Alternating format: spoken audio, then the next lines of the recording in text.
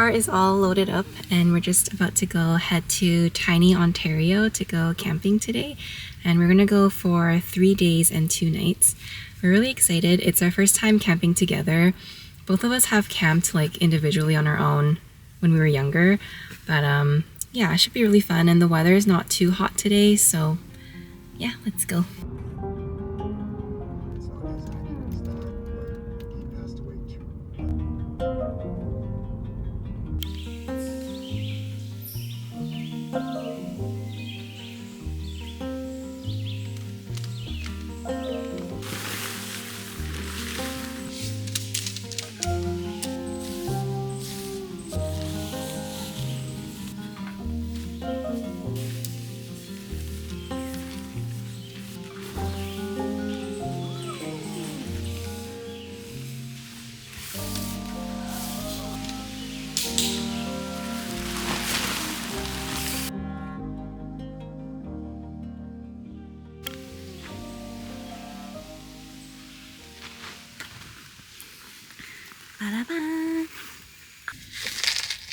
Not sponsored. I wish. Do I add this now? I do, right? Yeah. We heated up the water with our Blue Star. It's like a butane cook stove top thing. And then we just brought some bottled water to boil the water. And then for dinner tonight, we had to set up the tent and the gazebo, and we got here at like, what time did we get here? 5? Yeah, we got here around 5. So for dinner tonight, we're doing just a quick meal, instant noodles. We got these at Costco, and it's kimchi instant noodles, and they're really good. It comes with like real kimchi in addition to the seasoning, which just makes the flavor so good. Yeah, I'm starving. Looking forward to dinner.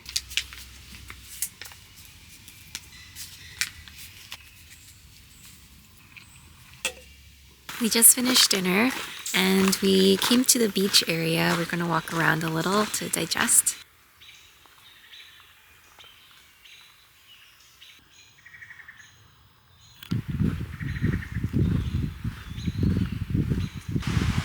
Wow, this is a great beach.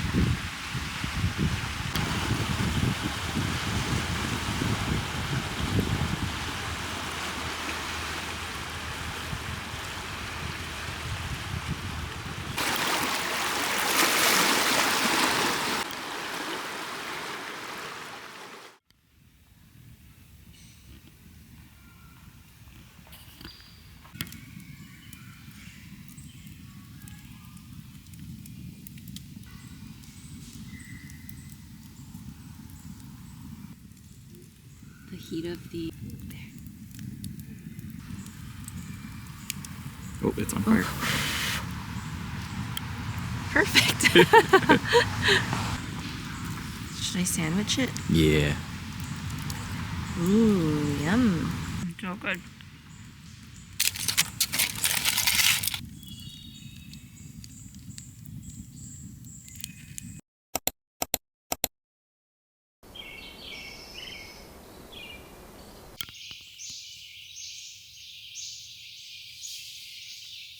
Good morning.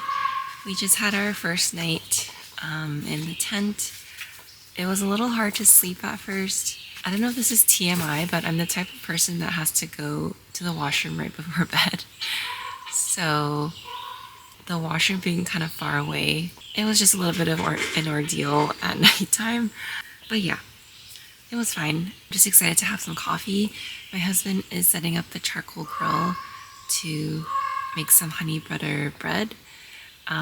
If you're into like camping and stuff, you might have seen the Outdoor Boys YouTube channel. My husband and I were watching it like a lot. Well, my husband was watching it at first and then he got me into it. There's lots of little bugs and spiders everywhere, but it's been really enjoyable so far. I think just like being in nature, there's no cell service, so even if you want to, you can't go on your phone.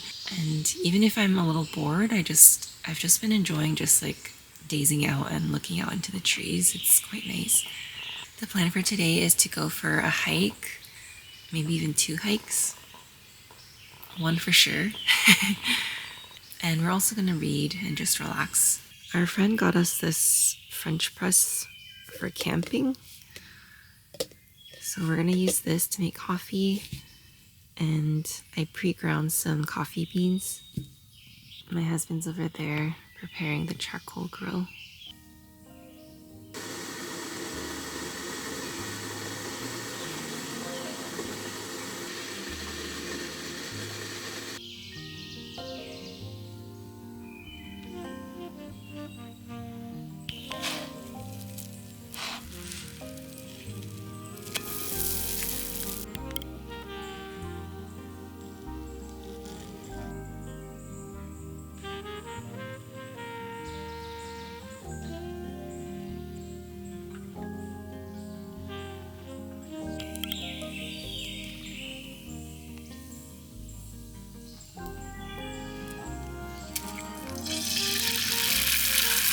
We just finished our breakfast and washed up, and we're gonna go on our hike now.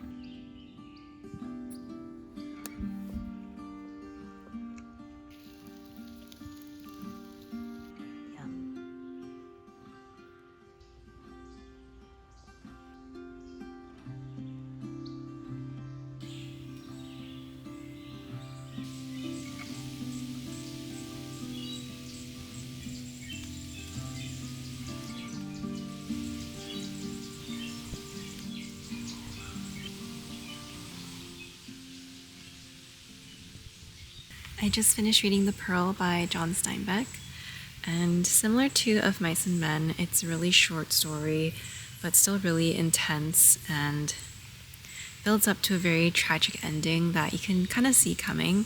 The only thing that's getting me though is on the inside cover of the book, and it says, "For Steinbeck, Kino and his wife illustrate the fall from innocence of people who believe that wealth erases all problems.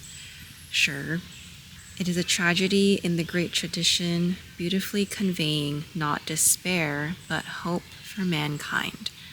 And that part just kind of got me, and I really disagree with it, because Kino is a man he's a native man, and the place he lives, there's a very clear divide between rich and poor, and the rich are white people or Europeans. The poor people are the natives.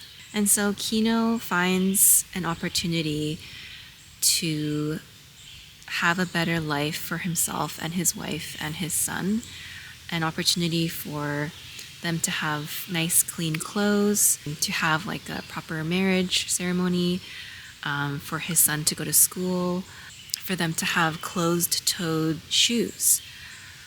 Something, these are things that they could never imagine to have for themselves. I just don't agree that it's a story beautifully conveying not despair but hope for mankind, because in this situation, Kino, he was never going to be able to use the pearl to get him out of his poverty, because the society and the system that he's in would not allow him to come out of that. Like, he and his people are systematically put down, and I think this story just emphasizes those issues. And I didn't think it was a beautiful tale. I thought it was just one that emphasized, I think, what we already kind of know. That was my immediate reaction, and I kind of feel like reading that and the inside of the cover just kind of left a bad taste in my mouth. I definitely liked Of Mice and Men better. I enjoyed the story, and I felt more connected to the characters, and I just felt like as a story I just enjoyed that more, and this one just kind of made me feel mad. Not only because of the inside cover, but also just how the story progressed. I was mad. I was mad at Kino, but still I understood where he was coming from. And I also almost felt like I kind of wonder if the way the story is told is somehow racist a little. Like, for a white man to tell this story. Like, I kind of feel like it would have been different if Steinbeck was writing about a young man who's white and in poverty, but the fact that he's writing about a native man and how he goes through these different points of the story and he becomes like animalistic and like he loses his humanity. Like, I don't know, those points of it just kind of left a weird taste for me. Those are just my immediate guttural reactions. But it was really nice to just sit here under the trees and read and just finish this book in one sitting. I think that's pretty cool. I also brought another book with me, To the Lighthouse by Virginia Woolf. I think I'm just going to take a little break and then maybe I'll read that after.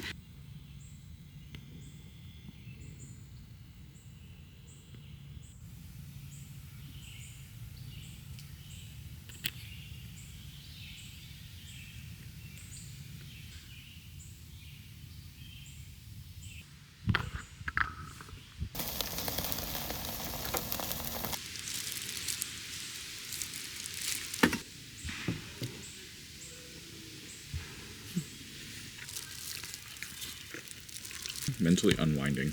Yeah. I've got to finish my book. Good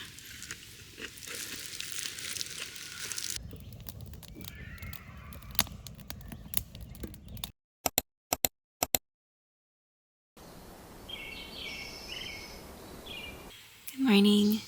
It's day 3. It's our last day. Our checkout time is at 2 p.m. So this morning, I think it's like 5 or 6 a.m. So we're just gonna enjoy a slow morning, have some coffee. I really love having a coffee. It's like a little bit cold when you wake up, and then you boil some water, you sit down and have a hot cup of coffee, and you listen to the birds and you're surrounded by the trees. It's just so nice. But I am looking forward to going home. There's a lot of spiders and bugs, and obviously just using your washroom at home is just like a lot more comfortable and clean. So yeah, I'm looking forward to going home, but I really did enjoy our trip out here. And I'm also looking forward to cleaning up and organizing everything when I come home and just going on like a cleaning spree. That'll be fun.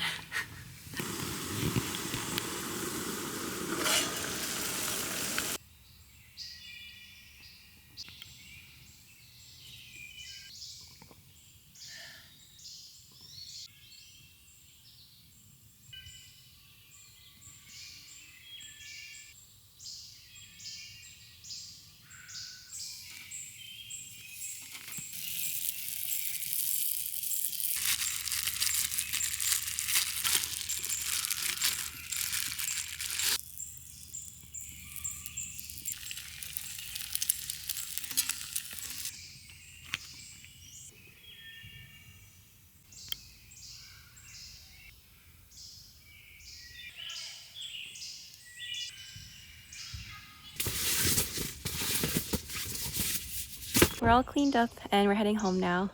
I'm excited to go home and take a shower.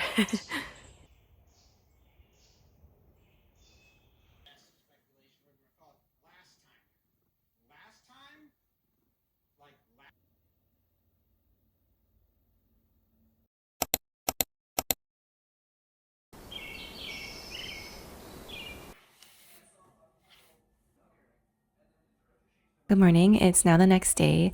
We had so much fun camping. It was really nice to just be out in nature and move at such a slow pace. A lot of the day is spent just preparing food and, just looking out into the trees, going for a walk. I didn't touch my phone and it was really nice. It just gives you a really nice peace of mind. And, they say that when you're scrolling on your phone, You think that it's passive, but in reality, it does engage your mind and your brain a lot. So just having a weekend full of pure relaxation and just peace and calm, I felt really good and just really refreshed. So, yeah. When we got home yesterday, we did laundry right away, showered immediately, and it was nice to be home. And, being home has its own kind of peace and relaxation. So I'm glad to be home as well. It's Monday and I have a few more days off of work. So I'm planning on going to a cafe this morning and having my morning coffee there. I'm going to do some journaling on our camping trip and also on the books that I read recently.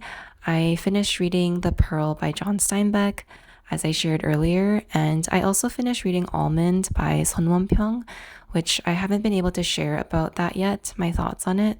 So I think maybe when I come back home, I'll share my thoughts on it. And yeah, I'd also like to do some sketching as well from our trip. So I'll share some of that too.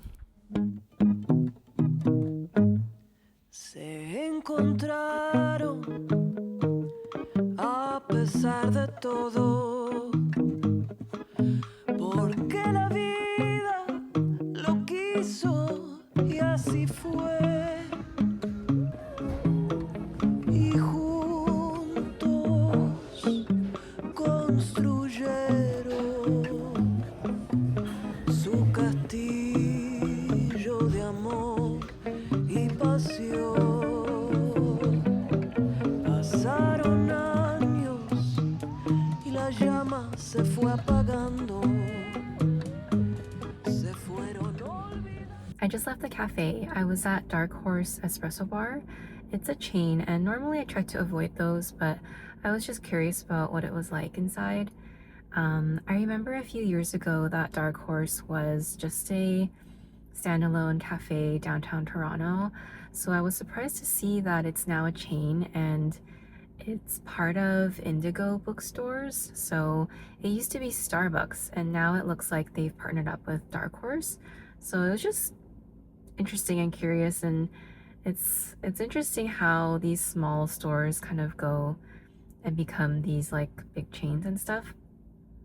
But yeah, the donut I ordered was a bit too sweet, and then the latte I got was also too sweet. So I ended up ordering a savory scone instead, which was good. And that was also my breakfast, so it was nice to have something a little more savory. So the cafe is connected to Indigo bookstores, and I was kind of thinking about going in because I have a gift card for there, but I've been thinking that I really need to finish reading all the books that I have, and I want to reread some of the books that I already have read. So that's my goal, and that's why I didn't go. So I'm proud of myself for not caving into, going to buy some more. And yeah, I'm gonna go do some errands and then head home.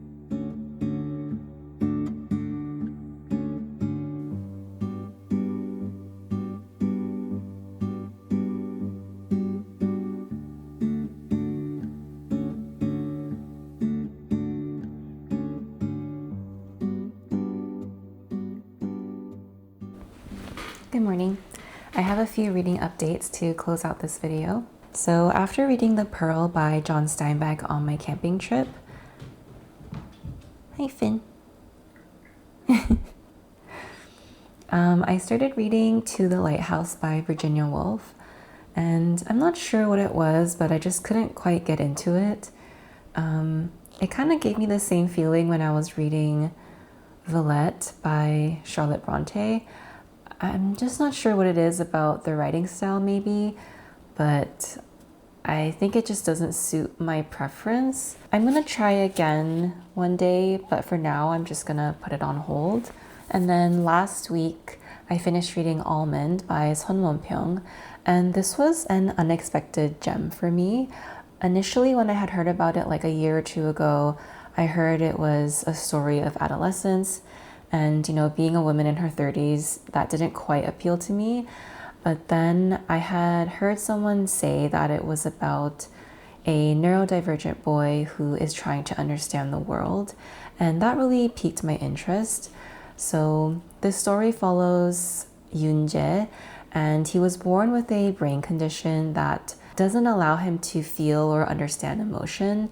So happiness, sadness, anger, the basic emotions he can't feel and understand. So naturally, he becomes pretty ostracized and bullied because he can't understand and follow social norms. But despite all of that, his mother and his grandmother are really loving and supportive, and he grows up in a very warm and loving environment. On the other hand, we have Kwon, who is like our second or supporting main character. And my heart really went out to Kwon, but he is born normal, and especially in terms of Korean society, he's born into a very enviable family situation. His parents are both in very respected and like sought after careers, and they're financially very well off. But when Kwon doesn't grow up to meet his father's expectations, he's met with a lot of cold indifference and judgment and often regret on his father's side. And, you know, obviously that leads to Kwon feeling very lonely and sad and angry. Kwon feels envious of Yoon-jae because Kwon feels like he doesn't want to feel scared, he doesn't want to feel angry, he doesn't want to feel lonely and sad and rejected, abandoned. Like, he doesn't want to feel any of that. He just wishes he could be like Yoon-jae and not feel anything. And throughout the story, there's a lot of parallels between the two. And yeah, it's a very emotional read. You can just really feel the burden of these two young boys, and yeah, it was very emotional. I didn't cry, but I did kind of well up with emotion a lot of the times. A little bit of a warning though, it does have quite a few graphic depictions of violence, which are necessary to the story. I didn't think that it was just in there for shock value, but if you are kind of sensitive to that type of, thing, then I would just be warned. Another thing I think it's important to understand, especially if you're not familiar with Korean culture. Korean culture, I mean, like every other society in our modern age, they're obsessed with status and material goods and things like that. But especially in Korean culture, I feel like there is this toxic habit of trying to keep you in your place. And that is done constantly ever since you're a child into your adulthood. Within school, within work, there are constantly these hierarchy systems, and like your age, your gender, who your family is, what their job is, how much money you have, how you behave, and there's just so many different things. And I feel like compared to Canadian culture, in Korean culture, that is way more intense. And so I could imagine maybe if you're not familiar with Korean culture, you might feel like some of the things happening in this are a bit outlandish or maybe dramatized, but I think it's very real. Like, you hear of bullying stories, very violent bullying stories from children who are in elementary school into their teens and early adulthood. And even into adulthood, there are tons of people who are constantly ostracized or feeling suffocated and frustrated with society, and they unfortunately take it out on innocent victims. So there is that sort of bigger picture of those societal issues within the book, which I also appreciated. But yeah, overall, very much enjoyed this story. Yeah, recommended if you're okay with what I just talked about. And going back to The Pearl by John Steinbeck, I had given my initial thoughts on the story when I went camping. I still stand by what I said. Just thinking back on the story itself, I just wanted to add that Ioana, I'm not sure if I'm pronouncing that right, but she was like, I think it's the most tragic for her. The narrator kind of explains that when the baby is first poisoned, she does what she can, and if anything, what she did was better than what the doctor could have done. But it's this constant suppression of their culture and of, I guess, women and you know, the native know-how and the like how society looks upon the doctor and the upper class with like more of a, I don't know what the word is, but like an elevated view. Just throughout the story, she's just constantly wronged, and Kino should have just listened to her. And in the end, it's just the most tragic for her. Yeah, but still, I didn't really enjoy this one. I'm not sure how other people feel about it. I might look up some reviews, but if you have read it, then I'd be curious to know what you thought about it as well. I'm debating on what I want to read next. I really want to get through all of the books that I have already. So I think I'm debating between The Lion Women of Tehran, East of Eden by John Steinbeck, and then The Master and Margarita by Mikhail Bulgakov. I have it right here because I'm kind of leaning towards this one. I was initially leaning towards reading East of Eden because I heard how much everyone loves that book. But after reading The Pearl by John Steinbeck, I was kind of like, maybe I need a break from John Steinbeck. If you're reading anything at the moment, I'd love to know what you're reading.